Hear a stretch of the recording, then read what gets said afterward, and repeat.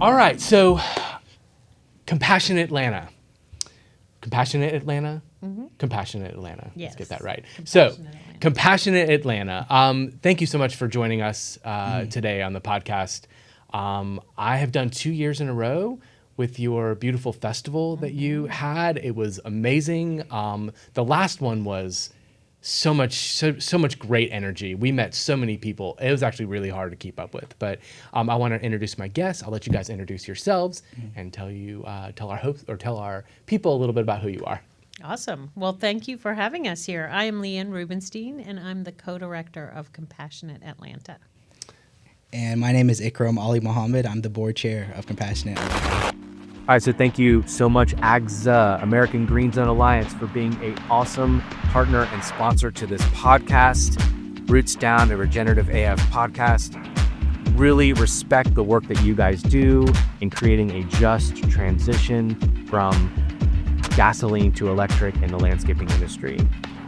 We not only appreciate you being a good partner of Roots Down, but we really appreciate you being a great partner to the earth and helping steward new behaviors that can lead us towards a good, clean energy transition, especially in the landscaping industry where we need it most. Thank you guys so much. We appreciate all the awesome partnership. Awesome. So tell us a little bit, you guys have been around for how long? Next year will be our 10th year anniversary, and we're part of a larger global movement, and it's based on the Charter for Compassion. And so that's been around since 2008, and it's really calling the world to think about compassion as your first action. Instead of what we're often taught to do, our fight or flight, we can actually take a breath and act compassionately and not, so it's a whole movement. It's a worldwide movement, but we've been around for 10 years here in Atlanta. And so 10 years, in Atlanta, doing things in Atlanta. I'm late to the game, obviously. I just found out about you guys a few years ago. I'm like, everybody's like, Compassionate Atlanta, but what's going on? Okay, so first of all, I think Atlanta is a very loud space. There are a lot of different organizations in Atlanta, and that's great. Yeah. A lot of people doing good stuff. I think we silo ourselves, and so if you're working in environment, then you're working in environment. And if you're working with the unhoused population, that's where you're working. And really, at the end of the day, or children and youth, but at the end of the day, we really need to come together and all talk to each other. And so amplify that voice. So Compassionate Atlanta, 10 years. It started 10 years ago really with a group of volunteers who wanted to see how to make Atlanta a more compassionate community. And then eventually morphed into its own nonprofit. And then I was the first staff executive director in 2016. And so we've grown since then. And so as we grow, I think something that I've learned from this is maybe like a garden. Mm-hmm. You plant a seed. It takes a little while. It's not instantaneous that... You can't just walk away from it. Yeah, but it's not like You know what? I had a Gerber daisy in my garden this year. It didn't bloom until October. I don't know if you can explain that, but it was so weird. There's some late bloomers out there. There are some late bloomers out there, and I didn't cut it back. I didn't do anything, and then all of a sudden this beautiful flower came up, and I was like, wow, I did not expect that. And I think that working with Compassionate Atlanta, we're in a transformational space. So we're it's not going to happen fast. And so it's okay if not a lot of people know about us. Sure, we want more people to know about us, but it's about deeper and wider, right? Mm-hmm. And so how do we really get folks to know how important compassion and kindness and love is? It sounds like frou-frou, but it's really the bedrock of who we are, all of us. I would love to add to that as well. I think compassion, just like the environment, it's something that impacts everyone, right? And with compassion, it's not just you're empathizing with people, it's a call to action. You go and do stuff, right? You don't just think about helping. You don't just listen to the people you're trying to help. You're actually putting the action behind it. And I think, especially with today's theme of the environment is going to take time to change. It's going to take effort to change. And when we work with different types of organizations, we understand that may just be a bridge to help that change, but it's just as important as being the people ourselves getting out there and putting in the work. And so I think Compassion Atlanta has a prominent place in the city already and in the state. And a lot of people look to us to connect them with other organizations that are like-minded or aren't like-minded. I think that's the power of compassion and why we're here today. Yeah, that's amazing. You know me, I'm a lover of the environment. I've been a farmer. I've been in agriculture. I've been in, urban regeneration. And I find that we are, and that's kind of the whole, what I want to talk about today is the whole conversation about like, how do we solve things like climate change in the urban fabric and using compassion? Because like I had mentioned to you before, I believe that we have done it with the stick approach for so many years. We had a last episode where we talked with one of my good friends, Sonia Tyler, and talked about climate shaming and and coming at it from a lens of no compassion at all. I feel like we've been doing it all wrong, and I feel like a city is where I love the city and the urban fabric, but a city is where it could be like a beautiful example of how we share compassionate climate action, and kind of bridging those gaps. So that'll be really the kind of the setup and the intro for what the conversation will be. I want to talk a little bit about what your perspectives are on the climate issue that plagues us all. And I find a lot of the societal issues, and we could talk about this too, about the loneliness epidemic, which is huge. Yep. I find that if we connect, and I'll just throw this out there and you guys can tell me what you think about it, but I feel like if we connect people to nature a little better, then that brings us all outside. I feel like we are not ever going to be building community. And one of the best things about a really good built environment, or a good one, like the cottages on Vaughan, is they have an outdoor space. And that's where you build community. And I believe that in the 1800s and early 1900s, there was so many more people working outside, putting their hands in the dirt and building community. And there was a lot of those issues, I think, melted away. And I'm not saying I'm not going to solve world hunger with this, but I really truly do believe, and I want to hear from you guys, like if we actually are going to solve something like climate change, and if we're going to solve like the loneliness epidemic, then we need to do something different. We need to think outside the box. So tell us a little bit about your work and how you guys think about solving those issues. And I know you're doing some really cool environmental projects, like one at Waller's that I think is really awesome. So our vision is connected communities that can work together for good.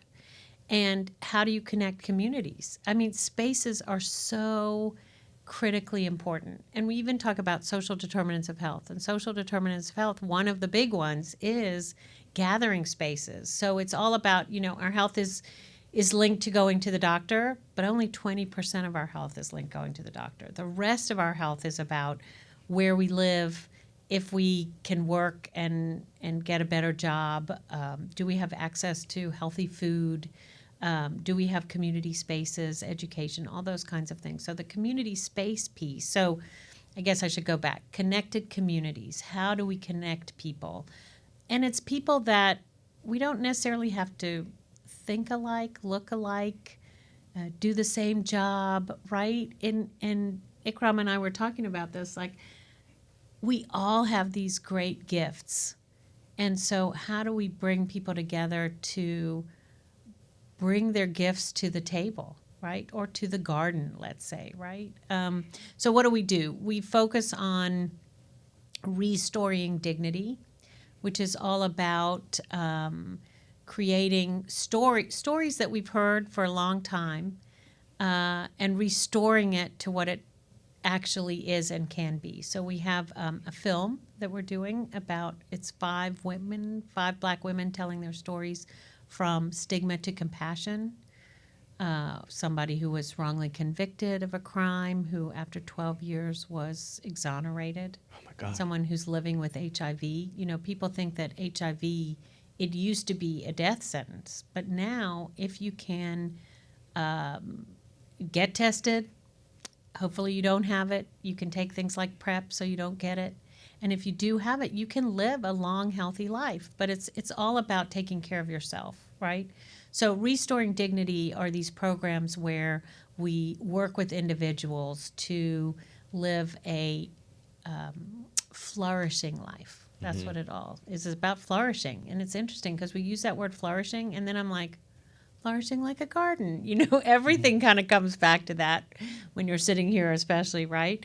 Then we have Compassionate Cities of Georgia, which also is looking at rural communities and how rural communities are not always flourishing, and how do we connect resources to those rural communities. Atlanta has so much, and oftentimes there are folks in Atlanta who want to reach out, but they don't know where. So we're working with trusted partners in those rural communities to look at what does the community need and really listen to communities to create positive change.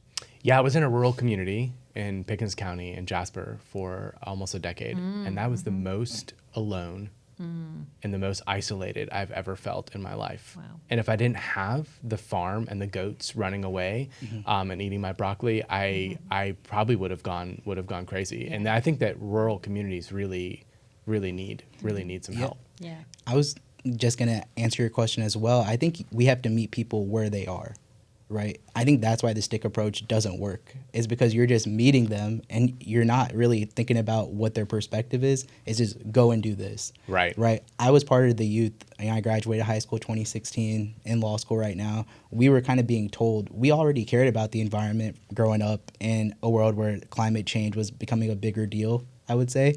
But in high school, we had teachers like, don't flush the toilet more than once or something. And who's going to do that, right? Because we know it's good, but there's other implications too, right? Like, that's not my daily routine, And then people just get turned away from it because you're offering solutions that may be effective, but people can't actually or don't actually want to do. And so I think there's two different ways to look at when you're trying to solve a problem. And it always starts with meeting people and hearing what their perspective is. You're not going to go to a farmer and say, your irrigation system uses too much water, you need to stop. There's financial implications. There's so many things that they considered putting that irrigation system in, right? Why would they stop it, right?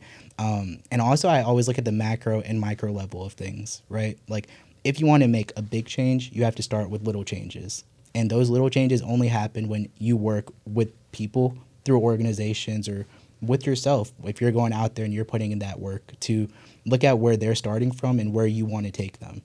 And that only happens through compassion and understanding, because no one's just going to take the stick approach and run with it, especially nowadays, especially people that feel isolated, especially people that are just in groups and they don't want to expand out of to other groups, right? Yeah. And so you connect a community, but that bridge is really a bridge of listening.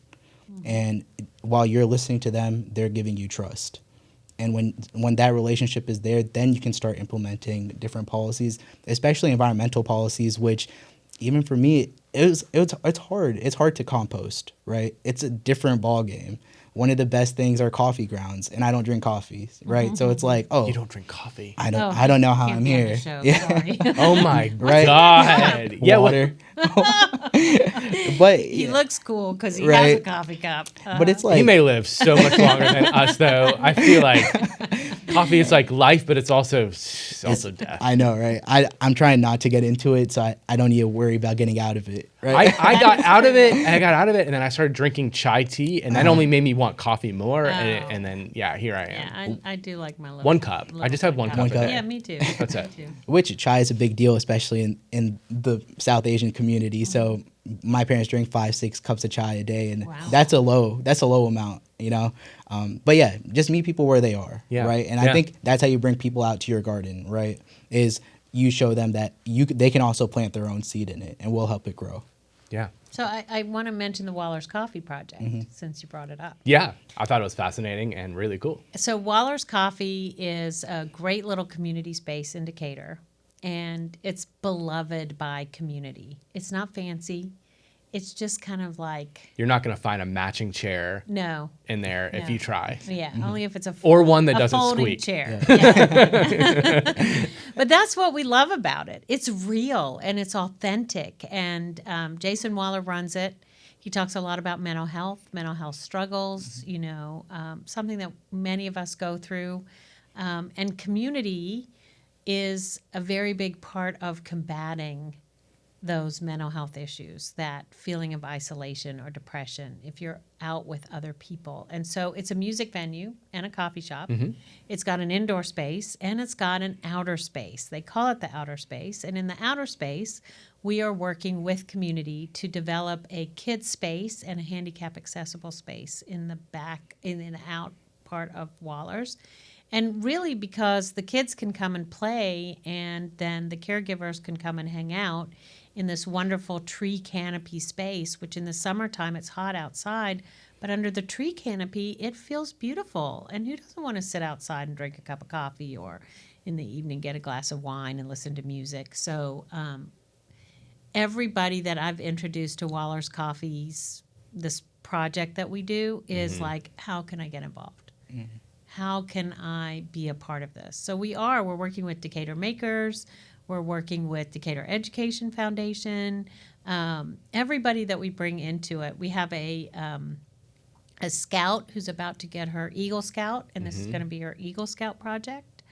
I'm trying to think who I'm missing, but yeah, just really no more littering is another one, Liddering, littering, and she makes beautiful art with plastic lids. And so everybody who comes, they're just like, how can I be a part of this and how can I support it? And it's beautiful to see, because I think people really want to be part of the good.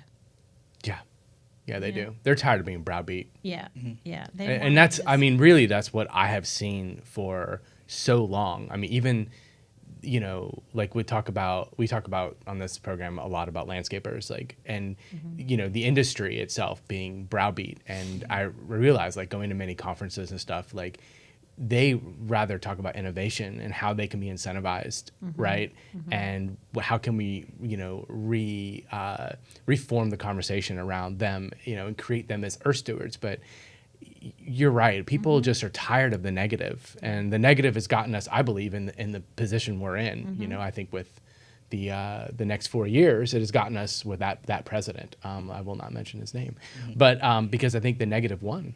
You know. But I do think that people are kind of done being browbeat and told what to do. And I think we need more inspiration. We need so much more inspiration and incentivizing and, you know, really placemaking. I mean, that's kind of like I think one of the hugest premise of good, healthy people is, you know, and that's what I love about coffee shops too, is that they bring people together. It's one of my favorite places to meet is coffee shops. I've got some favorites. What are your favorites? Banjo's really like a kick-ass Banjo's spot. very cool. I really like it a lot. They're always innovating and they're always changing, and their breakfast burrito is no sleeper. Really? Oh my God, it's Gotta put that so on my list. good. It's right around the corner from me. Okay. So good. The owner there does an amazing job.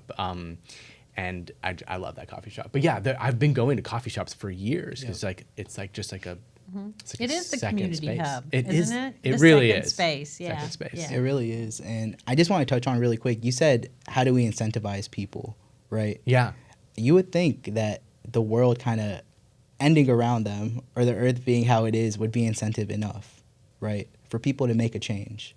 But it's not for some reason. Yeah. And I don't know if it's because of messaging. I don't know if it's because people realize that making those changes is more difficult, kind of like what I was saying before. But it's not incentive enough for some reason. For businesses, they have a financial incentive now to do environmental stuff. Right. You know, for regular people, they might actually care about it and that's enough. But for the majority of people, it's not. And so what can we offer in return? And I think the thing we can offer is a community, like a coffee shop or a group of people that you do projects with. That's what we do. We literally go into the middle of rivers and drag out tires sometimes because we put in the work. That's our incentive, is feeling good. Yeah. And that's helping the earth, right? But there's so many different ways to help the environment. And I think people can be incentivized in their own ways.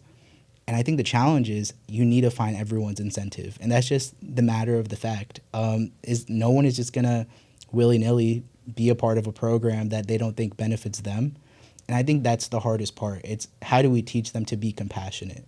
It's even though you're putting into action and it may benefit someone else, yeah, you're also getting a return, but that shouldn't matter anyways, right? Like if you're not finding that space on your own, you're now in the position of making that space. And I think that's where compassion comes into everything. And coffee shops are a great way to show that. But I think there's so many other ways too. And I think that's what all of us are trying to work on right now in the real world. But it's a big project. It might be a project that goes on forever. Well, I mean, I look at it. I mean, listen, I don't think I'm going out of business anytime soon because I'm trying to solve climate issues, and my God, I mean, I look at that. People say a whale of a problem. This is like an ocean of a problem, and quite literally and figuratively. So it's too big to tackle. And taking it on fully is really difficult. That's why you talked about it being piecemealed. With compassion is so much easier to solve those huge issues. And I love one of the things you do is you go out and just talk to people sometimes and get their perspective. And I think that's like step one. And by putting their perspective online, maybe people find that reasoning or that community, like, oh, this person cares about honeybees because of this. That may be why I care about it too. Now let me go make that change. Yeah. And so I think you're doing a great step one in utilizing the resources that we have with technology in this case and social media to get that message out. Storytelling. Right. That's why, I mean, honestly, really what led me to create this podcast was I think that, and bringing people's voices to the center, because a lot of what I listen to is so gloom and doom. I'll show you guys my podcast list, but it's like there's like like all these like one has like a really with a nuclear sign on it or something. And it's like, oh God, well, if that's how we're going to solve the problem. So like the reason why I believe that storytelling, knowing who people are, knowing where to meet them is how we're going to solve this problem is because that's how I came to it, and I created this platform so we could just reach out to more people and show them that we love you. We got this. Let's do this together. Yeah, I think what storytelling shows is that we're all much more alike than we are different. Well, 100%. We all want the same things, We all want a good meal on the table, right? And so that good meal on the table, and you mentioned honeybees, all the bees, like we need the bees to have a good meal on the table. Like, so part of it is education. People just don't know. I think they don't know how important the ecosystem is and the easy things they can do. I think there are things they can do that don't have to be overwhelming. And that's part of what you're teaching us. It doesn't have to be overwhelming. But I want to know from you guys, I've pulled you guys in because you guys are experts in compassion.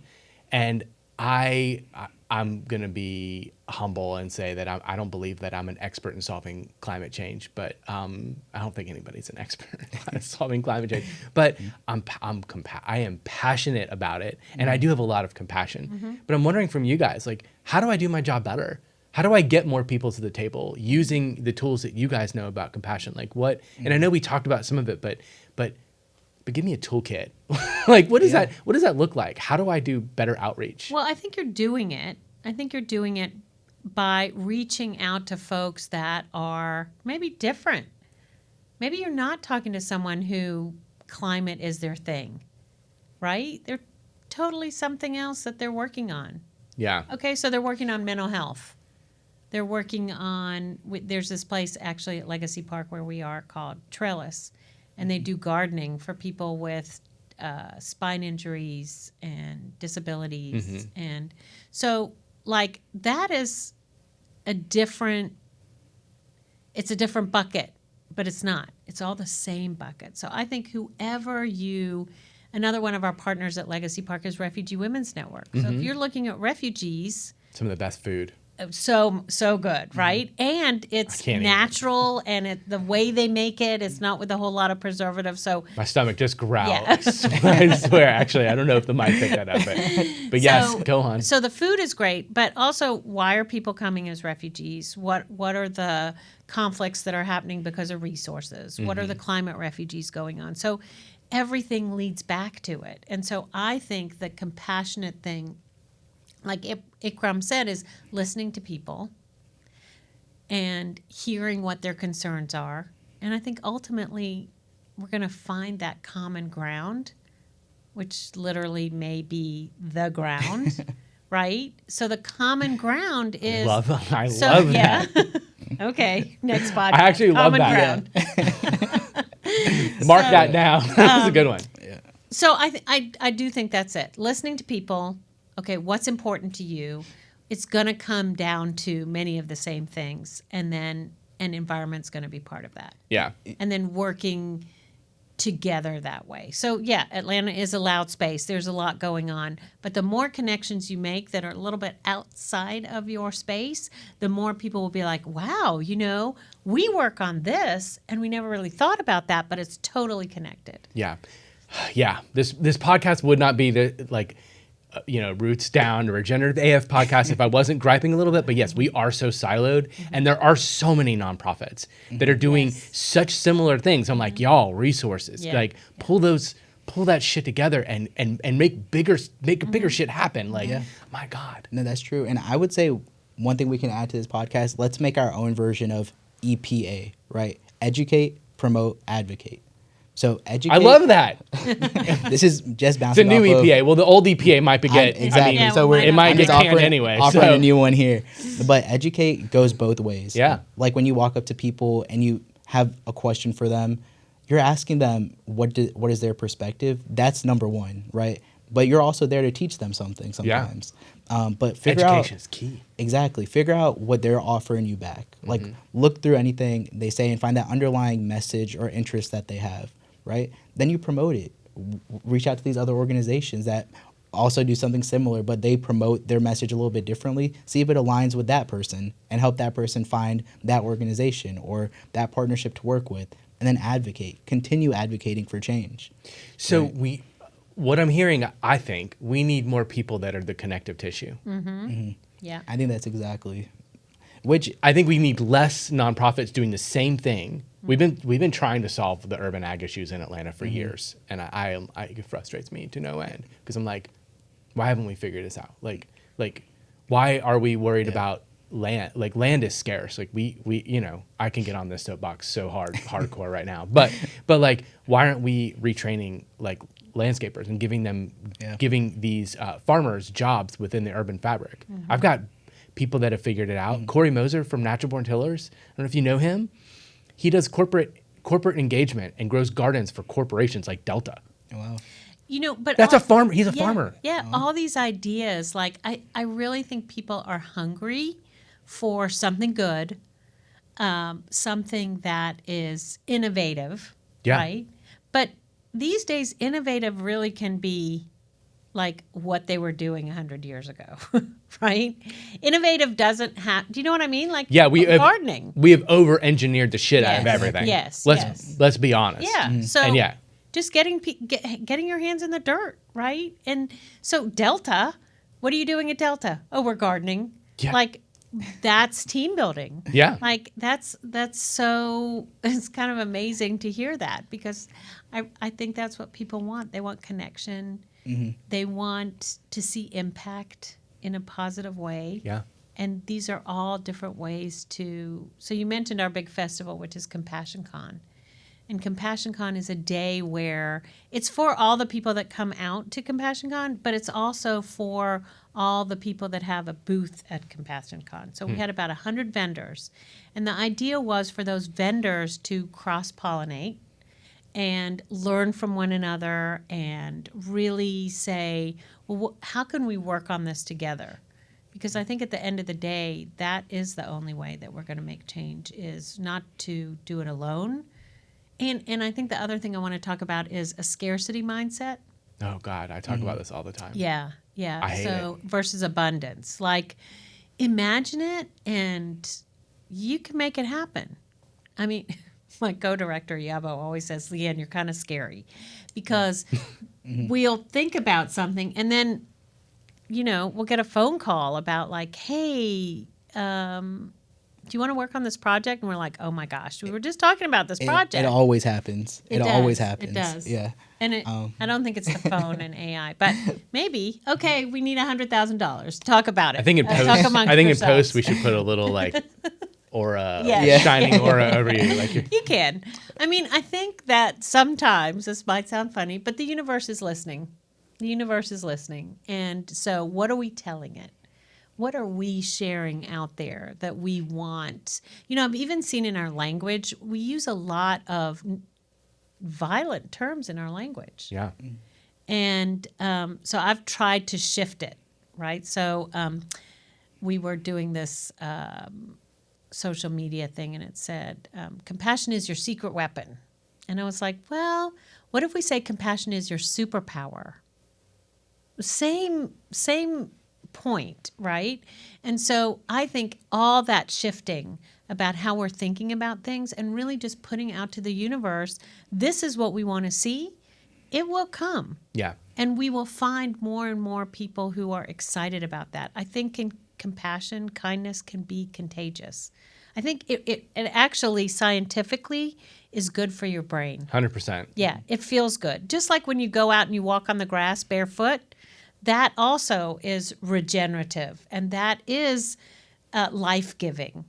And so the other thing I was thinking about is, I love this saying that says, when you change the way you look at things, the things you look at change. I love that. And so I was listening to one of your other podcasts, and it's like looking at the manicured lawn. How long can you do that? That's a little bit boring. But when you look at a garden, for hours, you can look at the bees and, oh, there's a butterfly, and is that a caterpillar over there? And, oh my gosh, my Gerber daisy's actually blooming in October. Like, it's life-giving. And so I think that really that idea about compassion is the same. It's good for your brain. Yeah. Compassion breeds abundance. Yes. Oh, I like that. Yeah. That maybe you do the common ground thing, and I'm going to. Well, common ground. So it reminded me of a movie. And we talk about this on the podcast a lot. It's called Grounded. Did you guys ever see that movie? No. Kiss the Ground. No. Did you see? Oh my God, we should do it. Okay, note to self. Let's do a film showing. Okay. This winter. Let's Great. do it All together. right. Yeah. Because my whole idea, they did the film really well. My whole idea is it talks about soil regeneration, and where we get all of our abundance from is the soil. And if we have dead soil, then we could have nonprofits like Trees Atlanta planting trees all over the city. But if we don't protect our soil, then they're all going to die. Yeah. Sorry, Trees Atlanta, love your work, but it's the truth. So they're talking about it from an urban, from a gardening and farming perspective, and not in the urban fabric. So one of the things I'd like to do, if they're ever listening, I'd like to work with that team and redo a film. And I pitched this to CMII, which is at the Georgia State, an idea of like, what could our urban centers look like if we regenerated our urban landscapes? Like, what could it look like if we built our soil? But this film talks about, like, it does talk about scarcity and abundance. And I feel like we are living in an abundant world. I just think we're using the resources wrong. Yeah. And I really think we focus on, like, to your point, we focus on the negative. And it's not, and I tell my daughter this all the time, it's not like you shouldn't just focus on the negative. Yeah. You should try to solve the problem with a new perspective, with the perspective of abundance. Because it is an abundant world. I tell her that all the time, like, it's an abundant world. It's just really what you make of it. Like, there's so many opportunities out there for everybody. That is a little bit rose-colored glasses of me, because Well, I know no, there's but other let me people. tell There's you- inequities. Yeah, there totally is. And the soil metaphor is a really important one, because if we all have good soil to grow up in as people, right? If that soil is nourished, if we have clean water, if we have all those resources, then the people who are growing up in those communities that we have invested in, like the rural communities, right? There's abundance in rural communities. It's just, what's the abundance of? There may be land, but Parking there's lots. not healthcare, right? Yeah. So how do we, like, take that abundance and really look at that abundance and really work the soil as a metaphor, but also in reality, to create flourishing communities? And I really think that there is something to that. I know, I thought about Mr. Rogers. You know Mr. Rogers' Neighborhood? I grew up on that. I remember that, like, so much picture and so much vision in my head of what that was like. And I remember they watching it were, for years. so we had, Be My Neighbor Day was at Compassion Con. There were a lot of kids around. And Mr. Rogers used to say, look for the responders. So when he was talking to kids and they were looking at some kind of disaster or, something bad that had happened, and you need to talk to kids about bad things that happen in an appropriate way. Right. But he used to say, look for the responders. And so that shifts your perspective. Like, yes, this thing has happened and it's hard. And look at all these people that are helping out. And so maybe we can think about it the same way with climate change. Like, oh my gosh, this has happened. And this is really hard to look at. And look at all these people who are doing all these wonderful things. Like that shift. And then I think it becomes, that's the abundance. Yeah. And then everybody else sees that and goes, oh, I want to have a garden like that. Ooh, look at those bees on your plants. I want to have those at my mailbox. Could you imagine a news network that focused on the good and that showed these stories? I know, right? It's something we all need, God. But I would say, even if you take away a city of Atlanta, Georgia, and you look at the global kind of landscape of this whole thing, because it's a global issue, you now have developed countries that are trying to put developing countries and underdeveloped countries under a microscope, saying, now you want to develop, but you have to follow guidelines that we didn't have to while we were kind of industrializing and taking over the world. And there's this great interview with the president of Guyana. I'm sure it came up on like someone's feed. It's amazing because Guyana wants to industrialize now, and they have net zero. They always have had net zero, and even with their industrial plan, they're still going to be net zero emission. And the interviewer is a British guy, and he's saying, "Why are you trying to, destroy parts of your environment and things like that?" And the president of Guyana is like, "Hold up, when it's time for certain people in the past to exploit resources of countries, they did it with no shame, no care for the emissions. Now it's our turn to try, utilizing our own resources. We're doing it in a manageable way, still having net zero, and it's a problem for you." Right. And I think if you look at that global kind of issue, then you bring it down to where we are right now in the United States. It's a lot of the minority community and the Black community especially that are in these kind of more, city-like areas that deal with a lot of these environmental issues. Like, they don't have trees because they're right next to highways a lot of times. Yeah. They deal a lot with the flooding and the runoffs, and they can't really grow their own resources. And I think it's the key is urbanization in the United States and in Atlanta specifically, because there are bits and pieces of green spaces left. Right. And so what can we do to make those green spaces useful, especially for those communities that are kind of at a disadvantage just through time? And I think that's where we need to step in and make sure that happens.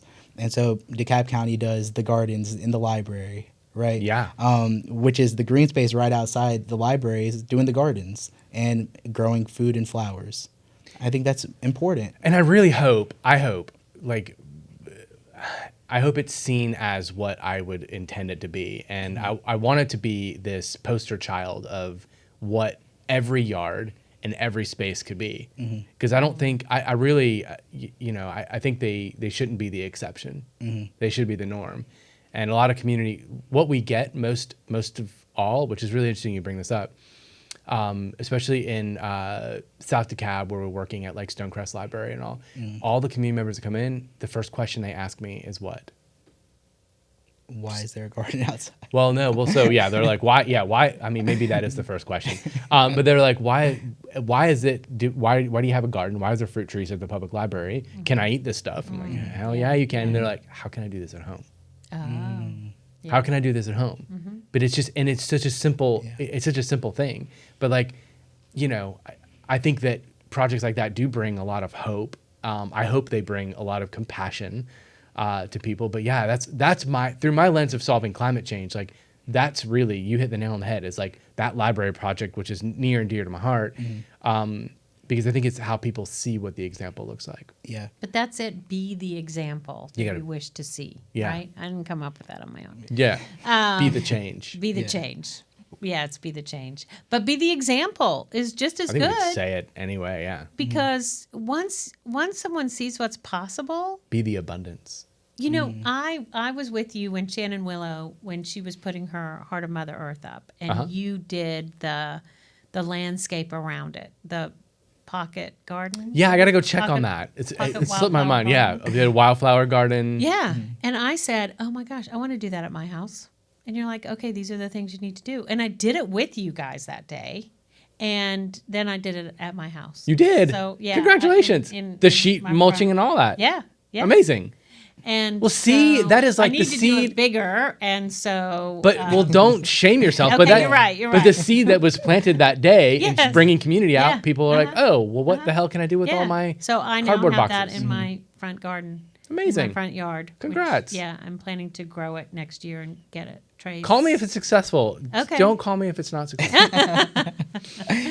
I mean, honestly, that is like, the little things. Like it brings so much people so much joy. Like I'm like, it is that simple. Like we can actually replenish our soils. You know, I want to say this too, is you say it is that simple, and I think it's simple. I think people get overwhelmed when they think it is like so many things I have to do and so many steps and all this kind of stuff. And it's really I feel that way all the time. I overthink shit all the time.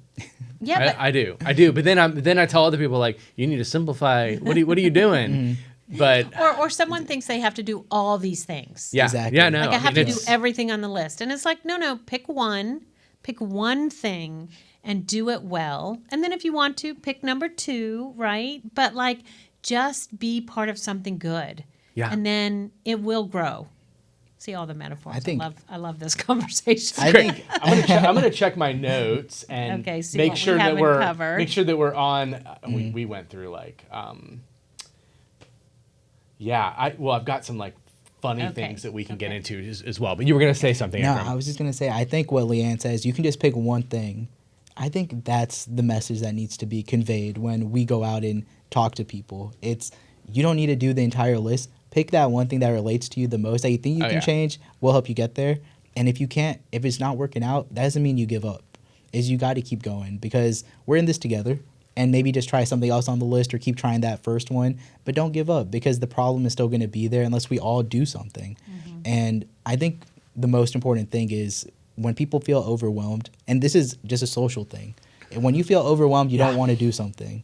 And you kind of also start talking bad about it. Like, I couldn't do it. No one else is going to do it. Well, that's the fight or flight. Exactly. Like, I mean, as soon as you're presented with a problem, it's like, some people are like, I don't want to solve that problem. Exactly. But it's even worse when people try and they fail or they think they fail. And then it's an even other level of fight or flight. And I'll fight you. I'll come back and fight you over it. And so what can you do to make them feel like you're not failing at something, you're trying something? That perspective, this conversation is way better than any of the notes that I took. That perspective is something interesting because I work in government.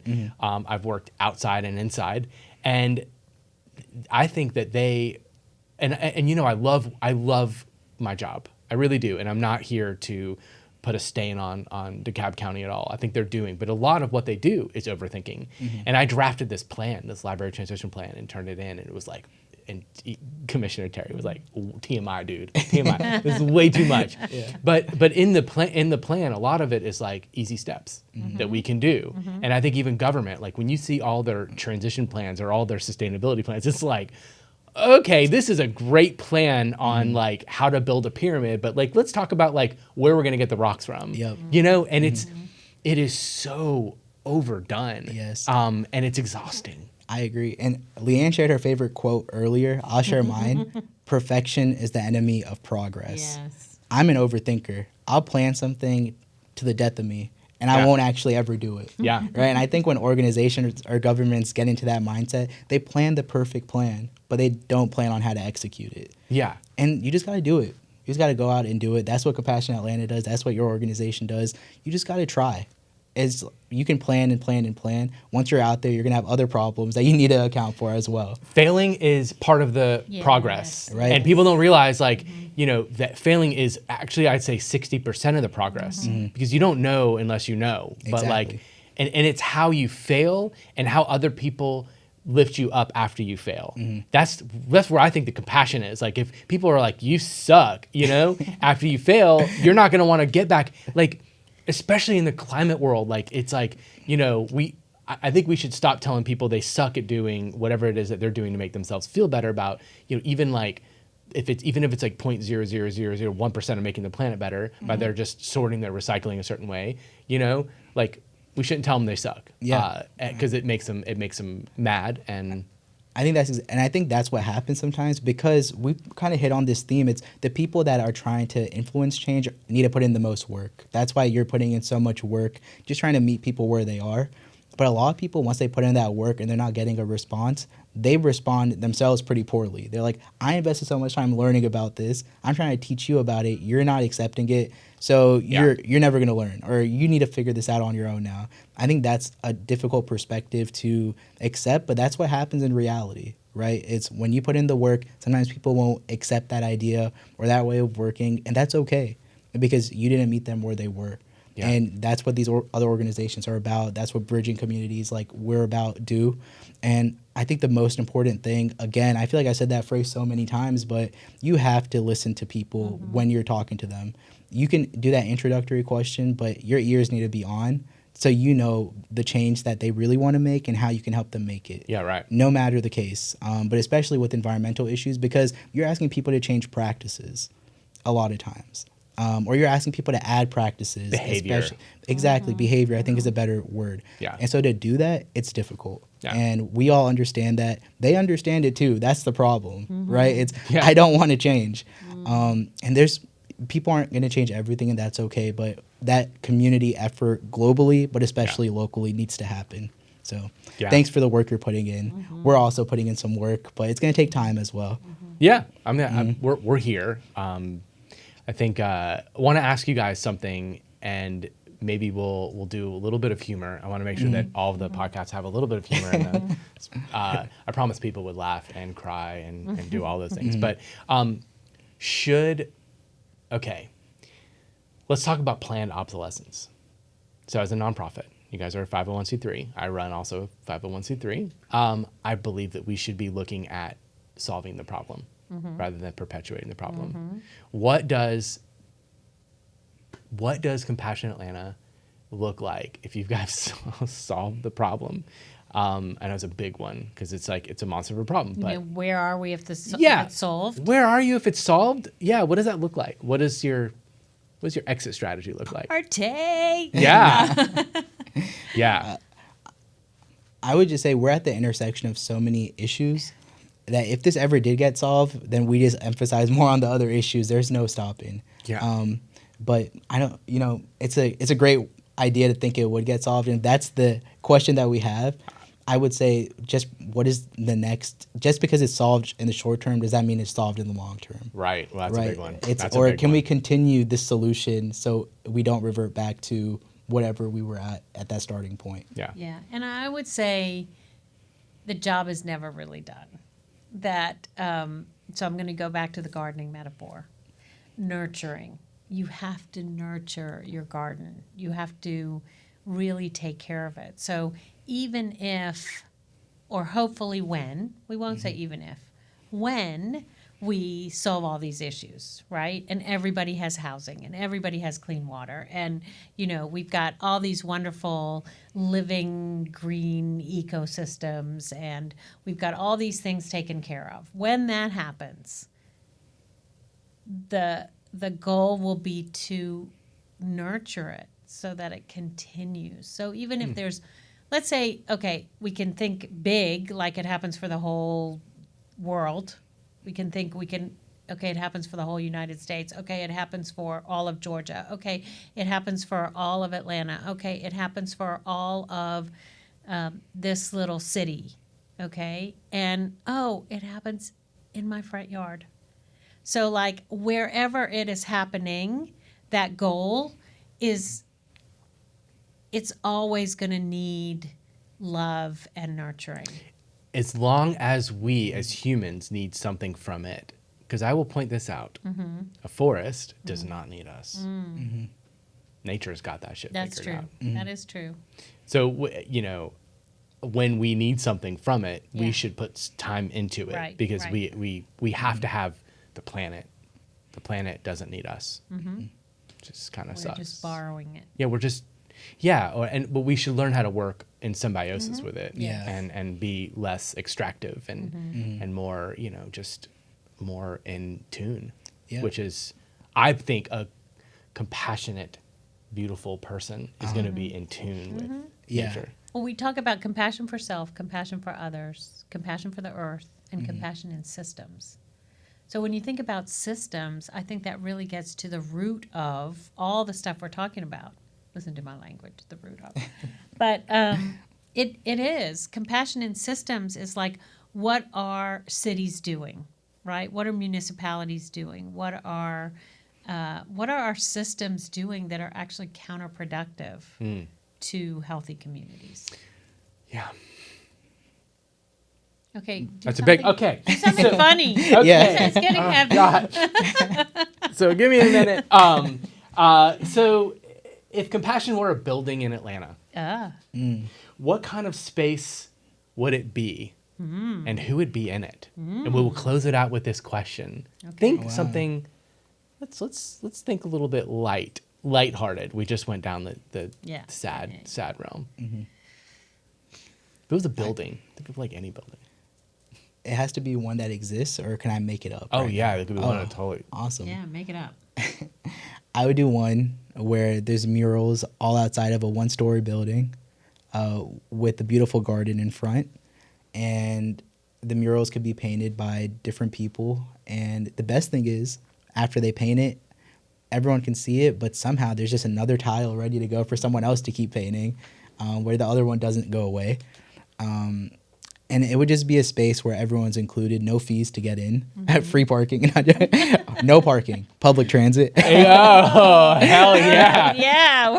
Yeah, nobody's driving. Yeah. No. Driving's the to get here. worst. That can make people not very compassionate. Yeah, exactly. Oh, yeah, really. You get behind a car. But a compassionate building, in my case, is it doesn't matter how it looks. It doesn't matter what it's made from. It just matters that it's inviting and it's a space where people can go and learn.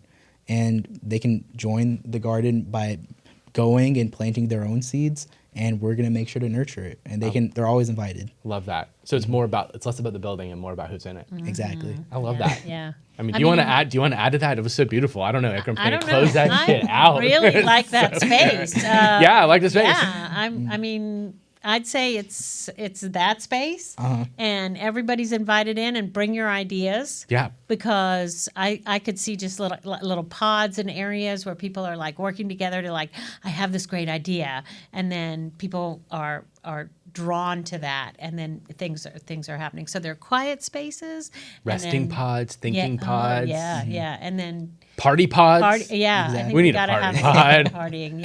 Yeah. Just- I think in the back of this building, in the backyard area, Jamie is going to have two spaces, the party pod and also the pod where he's teaching people how to do urban kind of urbanization and environmental kind of different skills and techniques. And he's like Willy Wonka. He has the resources to give people what they need to take I home. like it. I want to be like Willy Okay, Wonka. I'd Exactly. like you to be there. That could be you. I do love. You should definitely tell people where to find you, Ikram, and So you can find Compassionate Atlanta on all our social media pages at Compassionate ATL or Compassionate Atlanta. And you can also find me personally on my Instagram and other social media at Ikram, ALIMO. That's Ikram, ALIMO. and in this new building that you just Yeah. Oh, yeah. manifested. Come build with us. Manifested. Leanne, manifested. So that shit gets built. for me, it's Compassionate ATL or Compassionate Atlanta, and on LinkedIn, I'm Leanne Rubenstein. So thank you for telling us where you guys could be found, and I'll be in that pod. I really love that you guys came on the podcast. This is a really amazing episode, and I really want people to know that in order to build this podcast out, I need people to like and subscribe. Damn it, just do it. We're there. Awesome. And then you'll get invited to the party. Yes. Yeah. Other than that, you're not invited. That's, Yeah. that's your invite. Perfect. Thank you guys so much. We appreciate Okay, you. this was awesome. Yeah.